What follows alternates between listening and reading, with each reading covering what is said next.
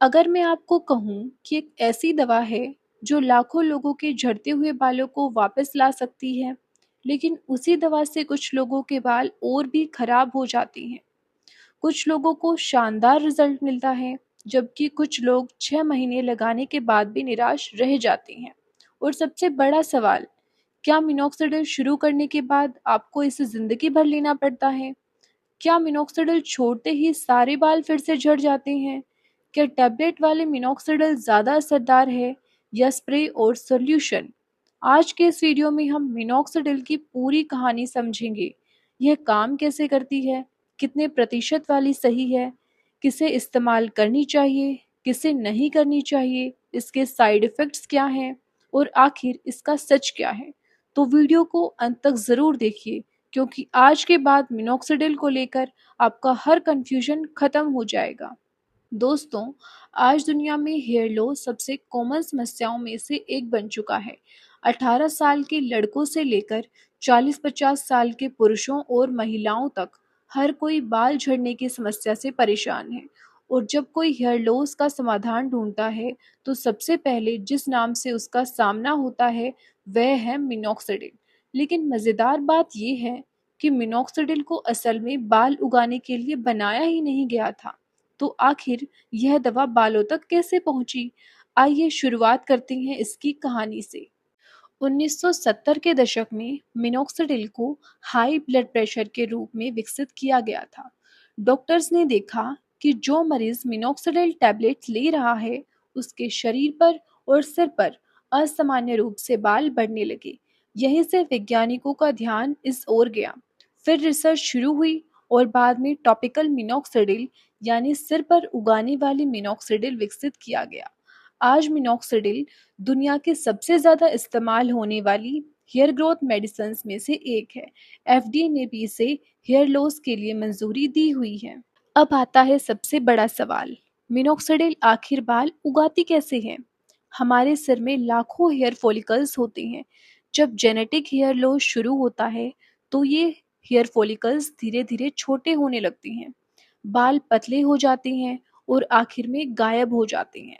Minoxidil इन follicles को दो तरीके से मदद करती है। पहला, यह ब्लड फ्लो बढ़ाती है। जब फॉलिकल्स तक ज़्यादा ब्लड और न्यूट्रिशन पहुंचते हैं, तो उसकी कार्यक्षमता बेहतर होती है। दूसरा, यह हेयर ग्रोथ साइकिल को लंबा कर देती है। बालों को बढ़ाने वाली फेज यानी एनिगन फेज की अवधि बढ़ जाती है। इससे बाल मोटे, मजबूत और लंबे समय तक बने रहते हैं। लेकिन ध्यान रहे, मिनोक्सिडिल नए फॉलिकल्स नहीं बनाती। जहाँ फॉलिकल्स पूरी तरह खत्म हो जाते हैं, वहाँ इसका असर सीमित हो जाता है। अब बात करते हैं मिनोक्सिडिल की कौन कौन सी फॉर्म आती है। सबसे पहला, सॉल्यूशन यानी लिक्विड मिनोक्सिडिल। यह सबसे पुराना और सबसे ज़्यादा इस्तेमाल होने वाला रूप है। आमतौर पर 2% और 5% स्ट्रेंथ में मिलता है। इसे ड्रॉपर की मदद से सीधा स्कैल्प पर लगाया जाता है। इसके फायदे हैं, यह किफ़ायती है और आसानी से उपलब्ध है। इसके नुकसान, ये चिपचिपापन और कुछ लोगों में इरिटेशन कर सकता है। दूसरा है फॉर्म मिनोक्सिडिल। यह फॉर्म में आती है। बहुत से लोग इसे सॉल्यूशन से ज़्यादा पसंद करते हैं। इसके फायदे हैं, यह जल्दी सूखती है और कम इरिटेशन करती है। इसके नुकसान ये है कि इसकी कीमत बहुत ज़्यादा होती है। तीसरा, स्प्रे मिनोक्सिडिल।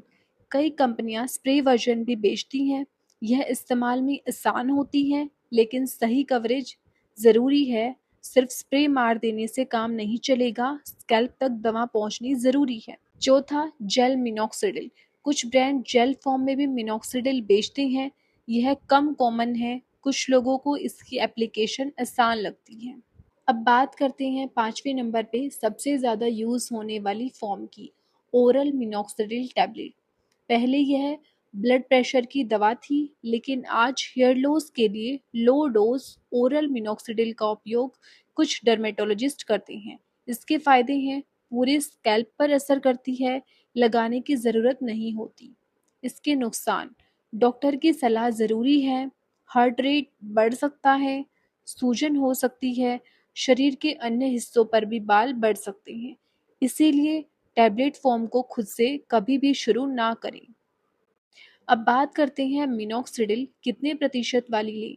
सबसे आम स्ट्रेंथ है 2% मिनॉक्सिडिल एंड 5% मिनॉक्सिडिल। कहीं जगह 10% तक भी मिल जाती है, लेकिन सबसे ज़्यादा प्रतिशत का मतलब सबसे ज़्यादा फायदा नहीं होता।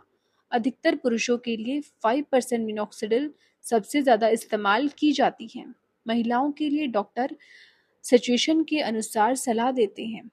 10% और उससे ऊपर वाली स्ट्रेंथ का उपयोग केवल विशेषज्ञ की सलाह से ही करना चाहिए। अब बात कर लेते हैं कि मिनॉक्सिडिल लगाने के बाद क्या होता है। अब एक ऐसी चीज जिसके कारण बहुत लोग मिनॉक्सिडिल छोड़ देते हैं, शेडिंग फेज। आप लोग मिनॉक्सिडिल शुरू करते हैं तो शुरुआती कुछ हफ्तों में बाल ज़्यादा झड़ सकती हैं। लोग घबरा जाती हैं, लेकिन कई मामलों में यह अस्थायी प्रक्रिया होती है। पुराने कमजोर बाल गिरते हैं और उसकी जगह नए मजबूत बाल आने लगते हैं। यही कारण है कि मिनॉक्सिडिल का असली रिजल्ट देखने के लिए 3 से 6 महीने या उससे ऊपर का समय लग सकता है। अब बात कर लेते हैं मिनॉक्सिडिल के साइड इफ़ेक्ट्स की। टॉपिकल मिनॉक्सिडिल में स्कैल्प इरिटेशन हो सकती है, खुजली, रूखापन, डैंड्रफ हो सकता है जैसे फ्लेकिंग। कुछ लोगों में चेहरे पर अनचाहे बाल उग सकते हैं। ओरल मिनॉक्सिडिल में हार्ट पाल्पिटेशन, सूजन, ब्लड प्रेशर में बदलाव आ सकता है, एक्सेसिव हेयर ग्रोथ हो सकती है, और अगर कोई गंभीर लक्षण दिखे तो तुरंत डॉक्टर से कंसल्ट करें। यह सबसे ज़्यादा पूछे जाने वाला सवाल है, क्या मिनोक्सिडिल छोड़ते ही सारे बाल गिर जाते हैं? सच ये है कि मिनोक्सिडिल हेयर लॉस को कंट्रोल करने में मदद करती है।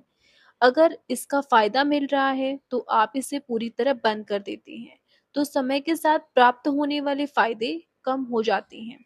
यानी बाल वापस उस स्थिति की ओर चले जाते हैं जहां वो उपचार करने से पहले थे। इसी वजह से इसे अक्सर लॉन्ग टर्म ट्रीटमेंट माना जाता है। तो दोस्तों, आज हमने मिनॉक्सिडिल के बारे में सब कुछ समझा। यह हेयर ग्रोथ को सपोर्ट करती है। यह सॉल्यूशन, फॉर्म, स्प्रे, जेल और टैबलेट फॉर्म में उपलब्ध है। इसका असर दिखने में कई महीने लग जाते हैं। शुरुआती सेटिंग सामान्य होती है। इसके साइड इफ़ेक्ट्स भी हो सकते हैं, और इसे शुरू करने के पहले ही डायग्नोसिस बहुत ज़रूरी है। लेकिन हर हेयर लॉस मिनॉक्सिडिल से ठीक नहीं होता। अगर हेयर लॉस का कारण vitamin deficiency, thyroid problem, stress या कोई मेडिकल कंडीशन है तो केवल मिनॉक्सिडिल काफ़ी नहीं होगी। इसीलिए सही डायग्नोसिस और डर्मेटोलॉजिस्ट की सलाह बहुत ज़रूरी है। अगर वीडियो पसंद आई हो तो लाइक करें, चैनल को सब्सक्राइब करें और कमेंट में बताएं कि अगली वीडियो आप किस हेयर ट्रीटमेंट पर देखना चाहते हैं। Hair transplant, PRP therapy and hair growth supplements. मिलते हैं अगली वीडियो में। धन्यवाद।